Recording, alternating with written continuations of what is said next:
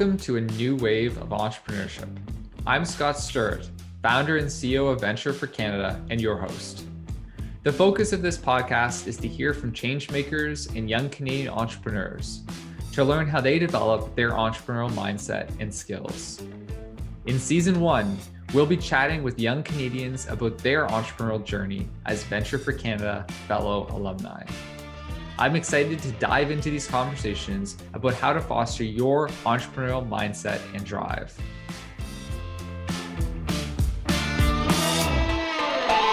Welcome, Kiki, to a new wave of entrepreneurship. We're so grateful to have you here today. How are you doing? Thank you. I'm so happy that I was invited on your show, and I'm doing awesome. Thank you. Awesome. It's a pleasure to have you on. As we were briefly chatting about before, it's very coincidental that we were first introduced 6 years ago to this day. So it's exciting to see things come full circle. Yes. So before we get into the nitty gritty of some of the interview questions, can you tell us a little bit about yourself? Sure. So my name is Kiki Athanas, and I am really passionate about all things health and wellness and really stepping into our best lives. And that has served me well, both professionally and personally. And now I spend my time in a few different businesses, really advocating for just that, whether it be health through supplements or my coaching or my nutritional background. And so, yeah, I think to sum it up, I'm just really about optimizing health and happiness. And and I'm having a lot of fun doing it. Awesome. My related kind of question is, since we met, you've had a consistent passion for health and wellness and nutrition food. Can you walk us through what does a typical day of meals and food look like for you?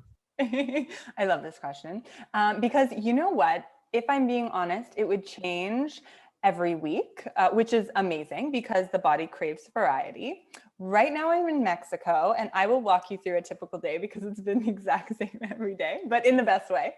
I have found the best little foodie market here, which has all my artisanal little, super expensive because they're probably shipped in from the States, cacao nibs and hemp hearts and all that goodness. So I do basically like a porridge bowl of oats and a whole bunch of different superfood powders and just mix it all up. And it looks disgusting, but it's the best ever. It tastes good and it makes me feel awesome. So I do that in the morning, and then I work for a bit, and then I'll go somewhere fun on the beach and get an extravagant smoothie bowl. Today I switched it up and I ended up getting a salad, but some sort of, again, like usually it's a smoothie bowl concoction of some sort. And then I found this tamales place near me, and it's basically street food, which I'm usually not super into, but this place is amazing, and they do corn tortillas, and the guy that owns it like walked me through how it's like a 3-day process with the tortillas. And so I've been getting vegan tamales, and then what's called a vegan machete, which is literally like 7 times like the size of my head as like a quesadilla, and it's amazing. And I've literally had that like every day for the past 3 days. That is a very vivid overview, but I remember you are very meticulous in your routines. I remember when we first met, I asked you a question to describe your morning routine and when you were a student, and it was one of the most, I found it from the very beginning, I was so impressed with your like thoroughness of, you're very intentional, I would say, in everything that you do.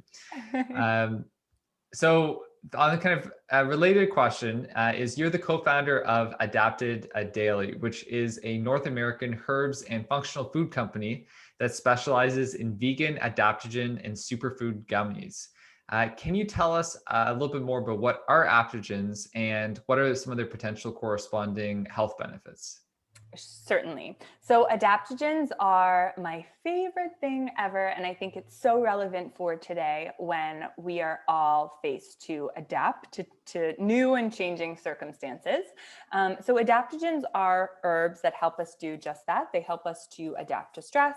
They support healthy metabolic processes, and ultimately they restore balance in our internal systems. And they do so by literally increasing the body's resistance to physical, biological, emotional, and environmental stressors, as well as by supporting normal physiological function. And they're really magic because they work in different people's bodies differently based on where you're at, so that they can help your body maintain an optimal homeostasis.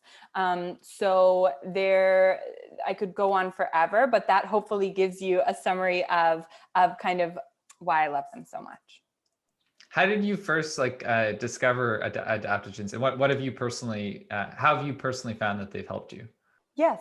So when I was working with one of the startup companies, Meal Garden, we were helping dietitians, nutritionists, naturopathic doctors create meal plans for clients. And I was noticing that a lot of them were prescribing these adaptogenic herbs to their clients to help with stress.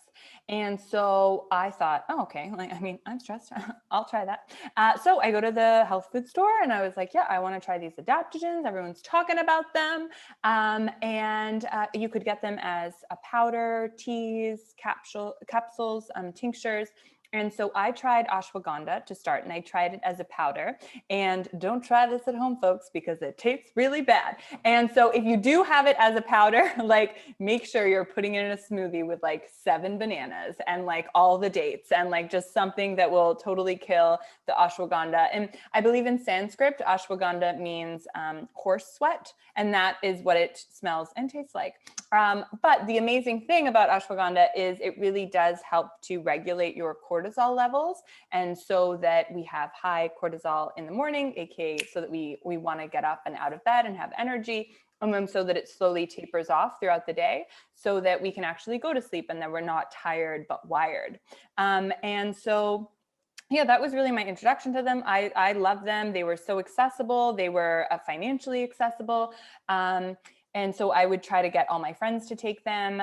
But no one's like me, where just because something's healthy, they'll do it. And because it tasted bad, or it wasn't fine, it wasn't accessible in the form. That's kind of how Adapt Daily was born, so that I could actually put a potent dose of these herbs from an organic source in a way that people would actually want to take on the daily, because you do need to take them every day for them to really work.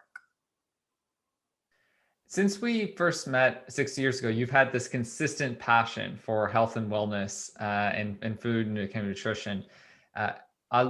Most people, or I found when they're 22, they don't know what their passion are. They don't necessarily. It can often take decades for people to figure out what their passion is. What advice would you have, or would you give to listeners in terms who are looking to figure out their own passion and their sense of purpose? Oh, I would say stop. Because when we get super caught up in, I need to figure out my purpose, what is my passion, we're putting pressure on ourselves, and that literally blocks us from actually figuring out what we enjoy. So I would say totally throw out the goal of, I need to figure out my passion, and get into presence. And really, meditation helps. And the more that you are in your body and in the present moment, because your passion happens now, it doesn't happen in the future or in the past, it happens when you're present. And from there, just have fun and figure out what you enjoy by simply following your heart of what it is that you enjoy. I recently studied something called multiple brain integration technique, and it talks about how we can regulate our 3 different brains, the head, heart, and gut. And really, it's the heart that leads. It's the heart that knows where you want to go. So take some moments in silence and really connect with what it is that your heart desires, and don't worry about the how. I know for myself, it was, I knew I liked, extravagant superfood things, but I didn't know, okay, but how is that going to translate into a business? How is that going to translate into a career? And as soon as I stopped kind of gripping into all of those, oh, I need to figure out all the logistics around, how my passion can make me money or XYZ. As soon as I released that, the opportunities showed up where it made sense to, oh, okay, maybe I can do this. So release the attachment to the outcome and just focus on your heart's desires. Although it sounds so cliche, it's the truth. There's relatedly, there's an excellent book by Cal Newport called "So Good They Can't Ignore You," and his main thesis is related to what you were saying, which is that if people should focus on, in essence, the journey, not the outcome, and that by focusing on skills development, in particular, like making oneself like useful in the world, that one discovers their sense of purpose over time. And a lot of there's so much direction given to recent grads to follow their or find their passion, or this pressure to find their passion, that it can often cause people this sense of existential dread, or cause people to kind of claim a passion kind of willy-nilly. Totally. Or subscribe to just one. And I think that we all have so many passions. It's which one would you like to tap into, rather than, oh my God, I need to find the one passion that I have. 100%. Following up on one of the things you said is, what advice would you give to listeners who are looking to build their meditation and mindfulness practice? Oh, okay. So I will say that make it your own. And again, don't feel the need to follow the rules. So for me, easing into meditation, the idea of sitting in a chair was like not appealing to me. But if I remember watching a meditation teacher, and she just kind of very casually said at the end, and if you just want to lie down and take a nap to meditate, and just, or like lie down, chill in your bed while you're meditating, that's fine too. And I remember just being like, oh my God, maybe I can do it, because lying on my bed and taking a 10-minute break to just be horizontal sounds really, really good. And so I would just say, don't feel like you need to do it in one particular way. You don't need to download Headspace and commit to 20 minutes every day at this time, whatever. But figure out a way that how can you set it up so that you actually want to do it? And so for me, right first thing in the morning, at night, and then at some point midday, it calls me and I feel like I want to do it. Listening to binaural beats, like binaural audio beats, which you can just Google on or grab on YouTube, is really nice I love music. And so listening to, rather than just silence or someone talking and guiding, but actually listening to frequencies is really beautiful for me, as well as I love aromatherapy. And so meditation for me, it always comes with, okay, like which essential oil am I going to use? And I really make it an experience that just feels so spa-like and so appealing to me. And so whatever it is that calls you, that you can make it feel like this nice, juicy break in your life, set it up like that, and don't worry about doing it quote unquote right. Absolutely. As a sporadic meditator myself, it's something that I grapple with, where when I view meditation as work, I don't want to do it. But if I view it as a treat, I'll do it. Are you an active yoga like practitioner as well?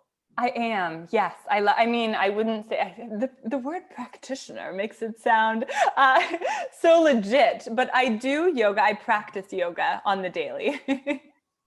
Awesome.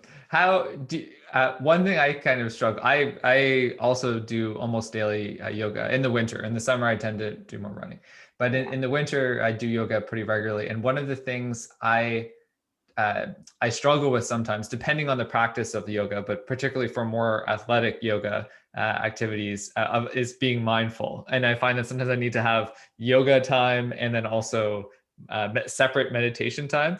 Do you ever struggle kind of having that sense of meditation while doing yoga? Yes, I think it's For me, I actually entered yoga when I had quite disordered eating tendencies. And so I actually entered the yoga world from a place of, oh, this is a great way to burn calories and exercise. And all the fluff around, oh yeah, it's mindfulness. I'm like, oh, who cares? And so I think if I'm being completely honest with myself, perhaps those tendencies still come up when I'm in yoga. And I do really, I'm thinking about flexing my muscles, and I see it as more of a way to release energy through movement versus tap into mindfulness and silence. So I definitely resonate with that. And that's why I love my meditation practice when I'm not distracted by the movement of my body or feeling like I want to give it my all. For me, when I hit the mat, it's like, how can I shift the energy physically in my body? When I meditate, it's how can I silence my mind so I can actually tap into my heart and my higher self. That really resonates with me, and I find a very similar experience. Yoga is often more of a challenge than it is a place for meditating. Yeah. So kind of following up in terms of next question is, you're also the in-house wellness expert at Cali Love, which is a Toronto-based restaurant, and by the way, has delicious food for listeners. Can you describe Cali Love to listeners, and can you also describe your role with Cali Love and how that came to be? Oh, yes, that brings back memories, because how it came to be is actually the funniest story. But I will first say Cali Love is a healthy, fast casual restaurant in Toronto. We have a few different locations, and it's really inspired by the food of Hawaii, actually, mixed with California. And so they've got loads of different poke bowls, and as well as other salads and different kind of Buddha bowls and that sort of situation. What I love about Cali Love is, even though they're this fast casual restaurant, they're so mindful with their ingredients, the amount of love and intention that their chefs put into curating the menus to make sure that it is not only super tasty, but also really nutritionally packed is amazing. And that kind of comes into how I support them, which is making sure that it is everything on the menu is actually nutritionally sound, and that each item on the menu has some sort of nutritional story, that the ingredients were not only grouped together for the sake of awesome taste, but also for the sake of their synergies in helping the body. So whether that's something that, a meal that supports the gut, a meal that supports, post-workout, et cetera, et cetera. And then, in terms of the story, I was in there one day, and the owner came up to me and recognized me, and then we realized that he knew my blog, I think from his wife at the time. And so and then I said, well, I'm looking for a space I want to do these workshops, and I want to teach people how to make kombucha and all this stuff. And he was like, oh, maybe you could do it here. And then eventually I just became the in-house wellness expert. We sort of created the role because I was always there. So yeah, I love them, and they're such great people and a great team. It's a fantastic place. Best poke bowl in Toronto, definitely, hands down. I miss their poke bowls. They're incredible, and great coffee too, if I remember. They do have super amazing coffee. Yeah, and it's all fair trade and all that good stuff. Yeah, it's very delicious place. What kind of following up on the health and wellness angle, what do you think are the largest misconceptions that people have about nutrition and health and wellness? It's that they're doing it wrong and that they need to know more in order to do it right. I think, and this is based on, now I help women who are struggling with food issues. I see it all the time, which is, oh, I need to understand more. I need to research more. I need someone to tell me more of the answers of what I can eat versus what I can't eat. And the answers are really in your body and how you feel on food. And I think, yes, it's wonderful to want to fuel your body with the best, but the truth of the matter is, if you actually drop your our stomachs are are in our stomach, not in our head. And so when we're constantly worried about nutrition or what we're eating, we really can't access the innate wisdom of the body. And so I would say that if anything, and the best thing that we could do is actually throw out all the nutrition books, like stop trying to follow any sort of diet and really tap into your own innate bodily wisdom by actually being present with all of your meals and noticing how you feel when you're eating them. We have taste buds actually all over our body. So really tapping into presence versus, shoving something down your mouth while you're on a Zoom call is the key to your optimal health, your optimal nutrition. And you're not going to find it in a book, because science can only study groups of people, but we're all so unique. And so I hope that there is a current shift right now towards more, intuitive eating and more bio-individuality. And so I really hope that continues to pick up, because the times where we just all subscribe to certain ways or certain fads are really not serving us. Yeah, it's you bring up excellent points. I've had different relatives who have, when I was a kid, who would go into all the different waves. I remember the Atkins diet, where it'd be like only eating steak for in the early 2000s, and thinking to myself, it's not that healthy just to eat like only ready meat, like as a diet trend. I also remember reading, I think 8 or 9 years ago, or I read a book called, I think it was Mindful Eating. And it definitely opened up my eyes. One of which is, in essence, eat when I'm hungry, don't eat when I'm not hungry. We live in so much, it's funny sometimes, when I'm with people, they'll be like, oh, well, why aren't you eating? It's a mealtime. Like, aren't you hungry? You should be eating. And, if I'm not hungry, I won't eat. And then some days I'll end up eating, I feel a lot hungrier, but it's like, as but I'm interested in your, obviously there's a healthy line, and it's important people eat amount of nutrition. More to say the point though about not listening to one's body is important. Absolutely. And you hit the nail on the head. The two innate boundaries of the body that we need to focus on are hunger and taste. And I hear it all the time with clients that are struggling with food issues. And they'll be like, oh yeah, well, like, no, I eat really healthy like that this time. And then I wake and then I make my smoothie and then I do this and I'm listening for that key word. I'm like, hunger. It never comes up, because we're so like, oh, I intermittent fast and then I eat this and then I eat that, or well, I'm with this person now. And we actually disregard our hunger signals oftentimes for so many years, that we start to actually forget the feeling of hunger. And guess what? It's not a horrible feeling. It's simply a feeling that alerts us to be, oh, we need to refuel, right? Everything that we've eaten has digested. But a lot of us don't actually get to that point. Or we get to a little bit of hunger mixed with a whole bunch of stress. And then we think, oh my God, I'm hungry. Or like, oh my God, I'm so stressed, I need to eat something. It's like, do you need to eat something? Is eating the remedy for absolutely everything? Or do you need to take a moment? Do you need to rework how your life schedule goes? And all of these things, I think that we vilify the idea of hunger, and not to say that I think that we all eat too much. I also work with women that probably don't eat enough, but it's tapping into those cues and honoring them. And if you are hungry, honoring that, oh, I'm hungry, and it doesn't matter if no one else is eating right now. I have a call from my body that I'm going to respond to. So proud of you for just tapping into hunger. Yes, I'm the same. If I'm hungry, I eat. And if I go somewhere and everyone else is eating, but I'm not hungry, you can politely decline. And a lot of people freak out about that, because they're like, oh my God, but no, like, we're all going to eat. And you realize that actually no one cares. Like, maybe someone turns around for like 10 seconds and is like, oh, you're not going to eat? And then you're like, no. And then everyone moves on with their life, because like, you're not the center of the universe. And so it's okay. 100%. Very, very resonated with me in my own kind of journey with food.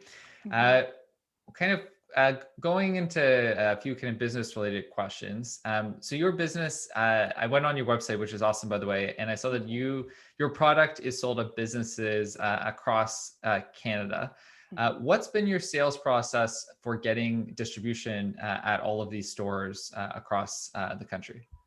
I will let you in on a little secret. We have a distributor, and distributors are the best thing in the entire world. At least ours is. Raw Elements. I hope you're listening, Raw Elements, because we love you.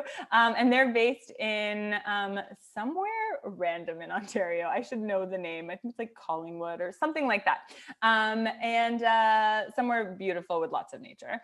And they're really responsible for, they have a whole sales team that we essentially train on. Now it's on Zoom. And then the sales team all across Canada goes and chats up the different stores, and they have retail partnerships. And so that's been such a hack for us getting into, I think it's well over 60 stores now across Canada, and in a really effortless way as well, because as an entrepreneur, I'm doing a gazillion things. So having to follow up with all the different stores and make sure that everyone's fulfilled with distribution, and I would highly recommend it for anyone that has a products-based business, is, I basically just ship them their orders, and then they're responsible for fulfilling all the retail, so that we can just focus on our e-commerce sales. So yeah, but I will also say, make sure you do your research on distribution.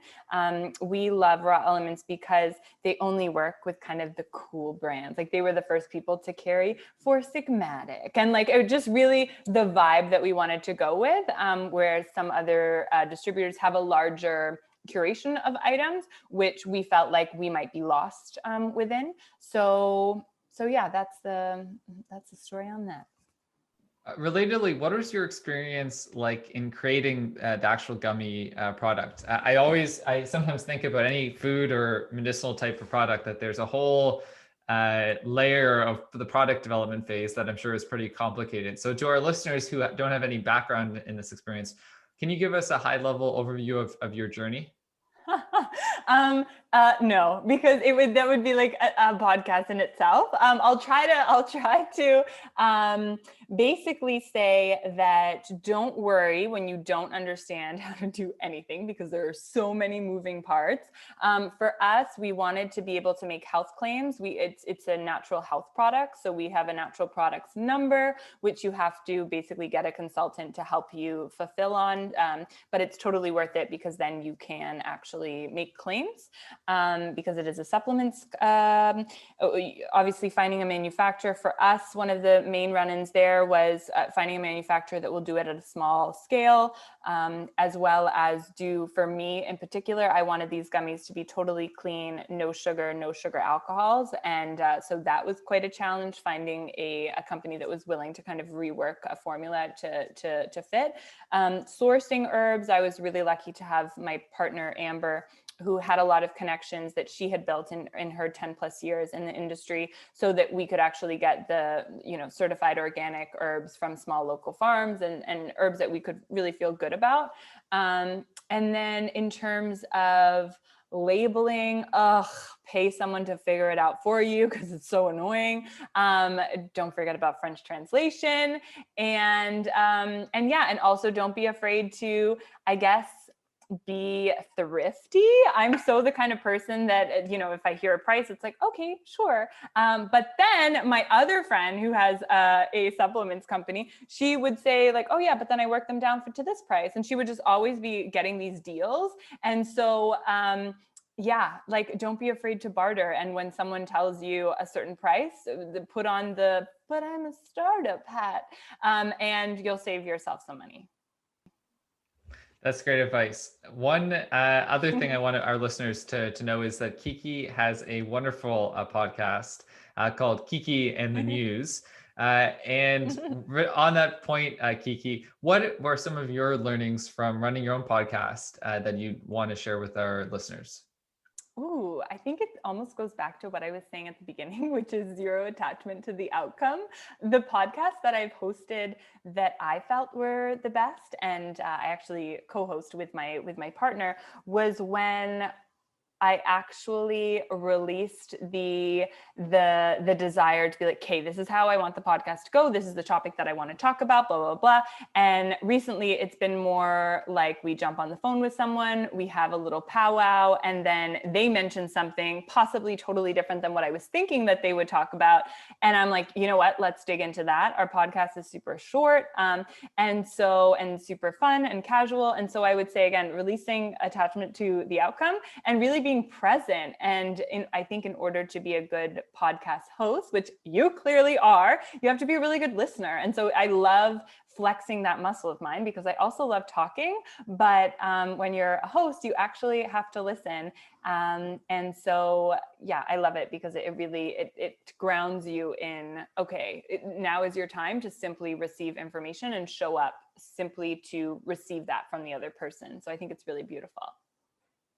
That's wonderful advice for listener, and it's great advice as we continue to film podcast episodes in the first season. I agree. One of the things that I've noticed in filming the first few episodes is doing research. Coming with a bunch of potential questions to ask, but then every conversation is organic. So going, not necessarily trying to get something to fit a script, but exactly. Embracing the journey, Exactly. which matters more than the outcome. So my penultimate question is, what is one book that you recently read that you recommend our listeners check out, and why? Oh my goodness. It is the last book that I read is literally the best book that I've ever read. It is so amazing. It has the worst title in the world, so it's okay. But it's called A Happy Pocket Full of Money. And I know that makes me sound like a greedy entrepreneur, but it's actually a really wonderful book around finding the abundance already present in your life. And it goes into quantum physics. It gives a very scientific background to basically the content that's shared in The Secret, if you're familiar, and the law of attraction. It takes all the fluff out of the law of attraction and is like, this is how it actually works. This is how manifestation works. And let me tell you, it works. And I have already implemented some of the findings, and now I'm having my boyfriend read the book, and he's like, oh my God, it's blowing my mind. Everyone needs to read this book, and we're all going to be happy gazillionaires. It's incredible. For our listeners, can you elaborate on what is the law of attraction? Yes, it's essentially when the idea that you really need to focus and feel into the goals or the desires that you have. And it's just like what I said before, where it's kind of like drop all about the how, because once you actually vibrate the same frequency of gratitude for having the goals accomplished as if they already are, then the universe will work its magic and the opportunities will show up so that you can actually obtain that in this level of consciousness. Again, it sounds very woo-woo, but this book in particular actually goes into a little bit more of the action steps. It's not just about, oh my God, like I want this, I want that, I want that. There's a lot more to manifestation than simply wanting a whole bunch of things. And that's why I really love it. What are our daily habits that you recommend people cultivate so that they can have more gratitude in their life? This one's super simple, and it's something that I do every morning. I am statements. I am is a very powerful way to start your affirmations. And I take I have a notebook that's about 8.5 by 11, and I make sure that every morning, right when I wake up, I fill the page with the I am statements of the things either that I already have or that I know I will have in the future because I want them. And whenever you have desires, you need to know that your desires want you back. And so rather than putting yourself in a state of want, which puts you in a perpetual state of not having, because if you think about, if you want something, it's because you don't have it. Start being grateful for the desires that you have, because if you have them, that means that on some level, if you desire them on some level, you have already achieved them, and you're just waiting for that particular moment to show up in your life. And so, for instance, I would love to live in San Miguel de Allende, which is actually where I'm going to be going now because I randomly just booked it.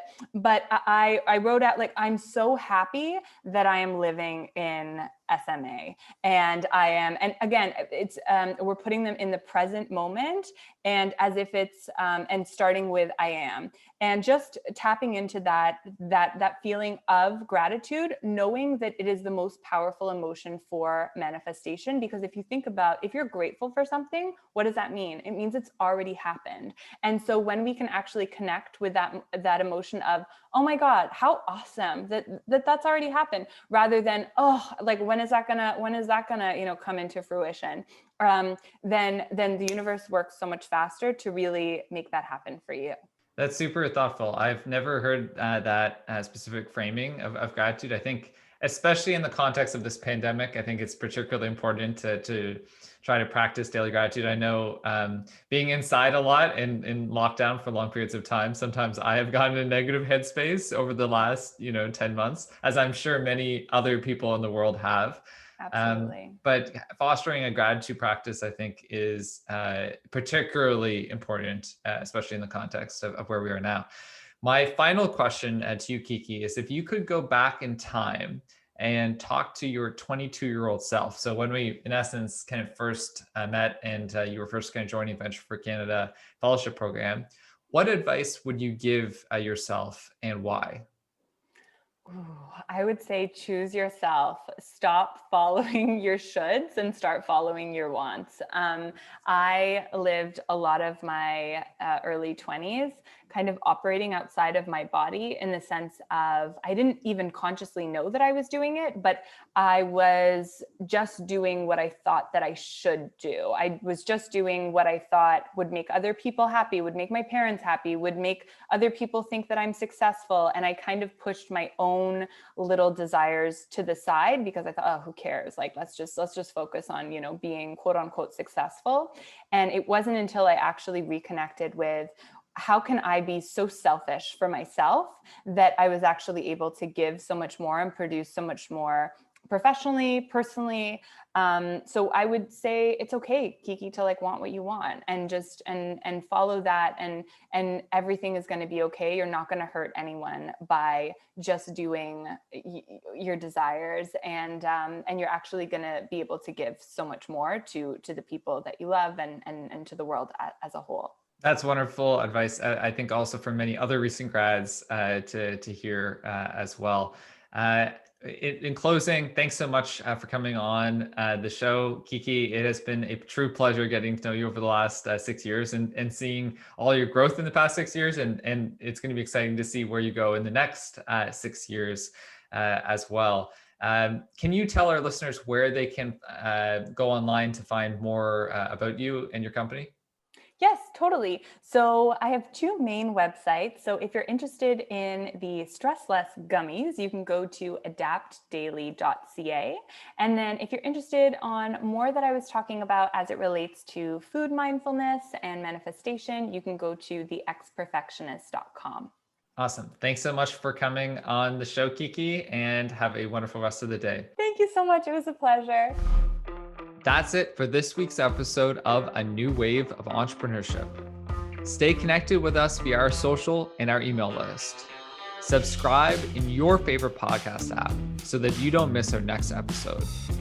If you have feedback on today's episode, tweet us at Venture4Canada, that is Venture, the number 4, Canada, or email us at podcast@venture4, that's spelled FOR, Canada.ca.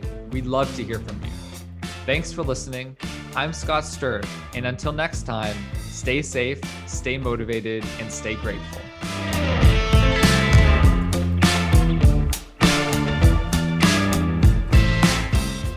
A New Wave of Entrepreneurship is produced by Juanita Lee Garcia and Latifa Farah. Editing and mixing also done by Latifa Farah. Erica Ormiston is our editorial assistant. Mark Wallach and Premium Beat own the copyright and publishing rights related to the song used in this podcast. The comments and opinions, recommendations, or suggestions expressed on the podcast by the guests are not liable to Venture for Canada and belong solely to each individual. Any information provided stated by our guests and our host is independent of Venture for Canada. A New Wave of Entrepreneurship is a Venture for Canada brand, and all content is owned by Venture for Canada. If you'd like to use our content, please reach out to us at podcast@venture4, that's spelled FOR, Canada.ca.